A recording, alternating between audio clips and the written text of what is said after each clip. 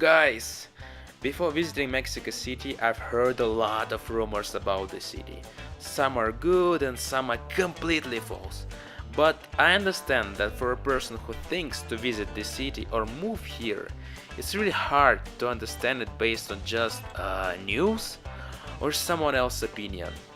So instead of saying many words, I just wanted to show you the real city, the way how I see it through my GoPro camera.